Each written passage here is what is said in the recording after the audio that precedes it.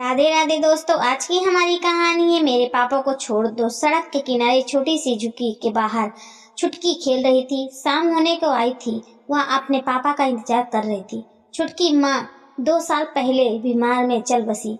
उस समय छुटकी 6 साल की थी। तब से पापा थोड़ा बहुत कमाते थे, उसके ज्यादा शराब में उड़ा देते थे। सुबह देर से उठते थे, फिर रिहाई पर थोड़े से फल लेकर गली गली बेचने निकल जाते थे। आज बहुत देर हो चली थी। छुटकी को खाना भी बनाना था। वह अंदर गई, मिट्टी के तेल से जलने वाली लैंप को साफ किया और उसका शीशा निकाल कर साफ किया। फिर उसे मिट्टी के तेल डालकर रख दी। पास ही माचिस रख दी, जिससे अंधेरे होते समय वो जलाकर खाना बना ले। सुबह ही तो उसने अपने पापा से कहा था, बापू घर में खाने के कुछ नहीं है, शाम को राशन ले आयो। लखन ने गुस्से से देखा, अपनी माँ को खा गई, अब मुझे भी खा जा। जब देखो खाना खाना करी रहती है। छुटकी चुप रह गई। इसी तरह शाम तक वह भूखी रही। कुछ खाने को जो नहीं था।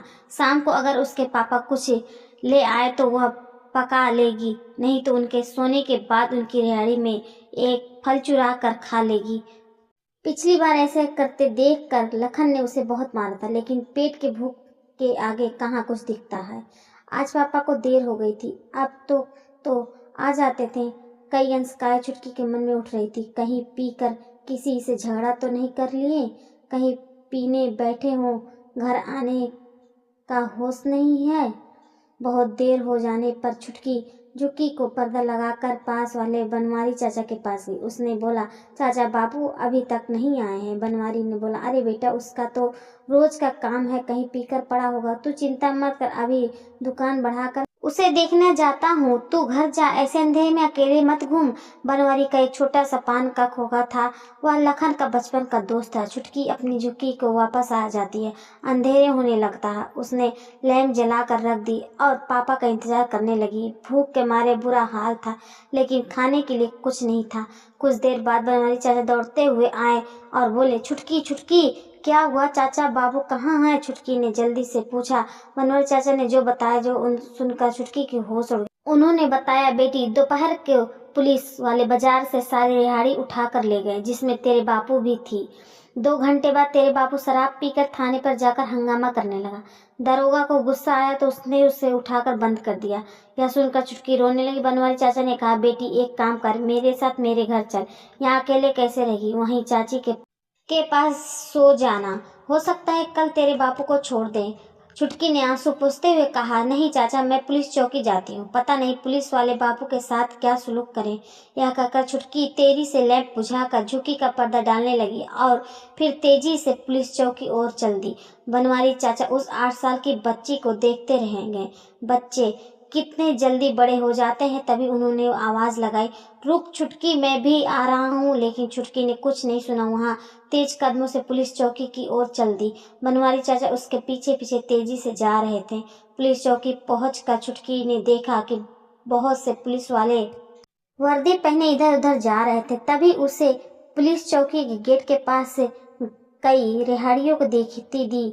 उनमें से उसने देखा कि एक रिहाड़िया उसके बापू के भी थी। वह तेजी से अंदर की ओर चल दी। चौकी के गेट के पास जाकर उसने देखा, सामने कुर्सी पर एक रोविला थानेदार बैठा कुछ काम कर रहा था। उसे देखकर छुटकी डर गई। वह वहीं खड़ी रह गई। उसकी हिम्मत अंदर जाने की नहीं हो रही थी। तभी पीछे से बनवारी चाचा आए और उससे पास खड़े हो गए। वहीं से उन्होंने कहा, साहब ये लड़की बहुत गरीब है, इसकी माँ नहीं है, इसके बापू को छोड़ दीजिए। तभी एक हवलदार उनके पास आया और बोला, तू फिर आ गया? अभी थोड़ी देर पहले तुझे भगाया था। उस शराबी को छोड़ दे जिसने पूरे थाने पर सर पर उठा लिया था। भाग यहाँ से, नहीं तो तुझे अंदर कर दूंगा। बनवारी चाचा ने बेबस नजरों से छुटकी को ओर देखा और हवलदार के सामने हाथ जोड़कर पीछे हट गए और चौकी के गेट के बाहर खड़े होकर छुटकी का इंतजार करने लगे। थानेदार अपने काम में लग गए थे, जैसे उसने कुछ सुना ही। हवलदार वहां से चला गया। छुटकी की आंखों से आंसू बह रहे थे। उसे लखन कहीं नजर नहीं आ रहा था। वहीं झुटक कर डर के मारे वो खड़ी रही। कुछ देर में थानेदार ने एक काम करते करते हवलदार से कहा, अरे जा चाय बोल कर आ। तभी उसकी नजर छुटकी पर गई। वह चिल्लाया, अरे ये लड़की इतनी रात को क्या कर रही है? कौन है? उसकी तेज आवाज सुनकर छुटकी और डर गई। हवलदार ने कहा, साहब वो शराबी जिसे हमने अंदर कर दिया है उसकी बेटी है। थानेदार इशारे से छुटकी को अंदर बुलाया। छुटकी डरते डरते अंदर आ गई। जा अपने घर वालों को भेज कर सुबह उसकी जमानत करा कर ले जाएंगे। छुटकी ने डरते हुए बोला, साहब हमारा कोई नहीं है, मेरी माँ मर गई है, बस बापू और मैं ही नहर वाले सड़क के किनारे झुकी में रहते हैं। थानेदार ने सुझाते हुए कहा, अरे कोई तो होगा, किसी बड़े को लेकर आ, रात हो गई है, घर जा। छुटकी बोली, साहब मेरे बापू को छोड़ दो, उनके सिवा मेरा कोई नहीं है, कोई नहीं आएगा उन्हें छुड़ाने। लेकिन थानेदार को ये सब बात समझ में कहाँ आने वाली थी। उसने अकड़ते हुए कहा, मैं सब जानता हूँ, ये ड्रामेबाजी, खुद घर वाले छुप जाते हैं और छोटे बच्चों को भेज देते हैं और चल भाग, किसी बड़े को बुला कर ले आ। छुटकी ने थानेदार के पैर पकड़ लिए। साहब हमें पर रहम करो, कोई नहीं है हमारा, मैं अकेली झुक्की में कैसे रहूंगी, मुझे भी बाबू के पास रहने दो या उन्हें छोड़ दो। थानेदार ने उसे बाजू से पकड़कर धकेल दिया। मजबूत बाजू से जोर से वह दूर जाकर गिरी। छुटकी वहीं पड़े पड़े रोने लगी। वह थोड़ी सी उठी तो देखा उसकी कनुही पर खरोंच लगी जिससे खून की रेखाएं दिखने लगी। वह इंस्पेक्टर साहब, वह छोटी सी बच्ची पर बहुत जोर एमोशनल हो रही है। अम्मा सुनकर थानेदार ने देखने सामने रूपमा जी, जो कि समाज सेविका और एनजीओ चलाती है, खड़ी होकर ताली बजा रही थी। उन्हें देखकर थानेदार एकदम खड़े हो गए। रूपमा जी की पहुंच बहुत ऊपर तक थी। उन्होंने आगे बढ़कर छुटकी को उठाया, उसके कपड़े अपने हाथ से साफ किए, फिर उसके जख्म को देखा। उसके बाद उनके साथ आए 4-5 लोग में से एक को उन्होंने छुटकी को संभालने के लिए कहा। उसके बाद रूपमा जी थानेदार के सामने जाकर खड़ी हो गई। हाँ तो इंस्पेक्टर साहब, किस बात की सजा मिल रही है इस बच्ची को? थानेदार थोड़ा सा शक पाया। कुछ नहीं मैडम, वो इसे बहुत देर से कह रहा घर जा और किसी बड़े को भेज, लेकिन यह मान नहीं रही है। इसके बाप ने शराब पीकर हंगामा किया है, इसीलिए उसे अंदर कर दिया। रूपमा जी बोली, मैंने सब सुन लिया, बाहर इसके पड़ोसी बनवारी चाचा खड़े हैं, वही मुझे यहाँ लाए हैं। ये बेचारी सच बोल रही है, इसकी माँ नहीं है, केवल इसका बाप है। इसके बाप को तो आपने शराब के लिए अंदर कर दिया, लेकिन बाकी रिहाड़ी वालों को क्या, जिनकी रिहाड़ी आपने थाने पर लाकर खड़ी कर दी है? थानेदार बोला, हमें ऊपर से ऑर्डर थे, रास्ते खाली करना था। रूपमा जी ने कहा, जब आपके हवलदार इन गरीबों से उगही करते हैं तब भी ऊपर से ऑर्डर लेते हो? पहले आप लोग रिहाड़ी लगाने देते हो, बाद में हटा देते हो। एक रिहाड़ी से एक परिवार पलता है। जानते हैं आप, इस बच्ची के घर में आज चूल्हे नहीं जला। रूपमा जी ने आगे कहा, चलिए दिखाइए क्या रिपोर्ट लिखी है इसके बाप के खिलाफ आपने? थानेदार गिड़गिड़ाते हुए बोला, नहीं मैडम, कोई केस नहीं बना, ना ही कोई रिपोर्ट लिखी है, वो तो बस ऐसे सबक सिखाने के लिए बंद कर दिया है। निरुपमा जी ने बोली, पटेल जी, एसओ साहब को फोन लगाकर कहो यहाँ पहुँचे, मैंने बुलाया है। थानेदार बोला, मैडम उन्हें क्यों परेशान करती हैं, मैं अभी उसे छोड़ देता हूँ। हवलदार लखन को ले आ। लखन को थानेदार के सामने लाया गया। अब तक उसका नशा भी उतर चुका था। निरुपमा जी बोली, शर्म नहीं आती तुझे? देख इस बच्ची की हालात, भूखी प्यासी तुझे छोड़ाने के लिए थानेदार के पैर में पड़ी थी।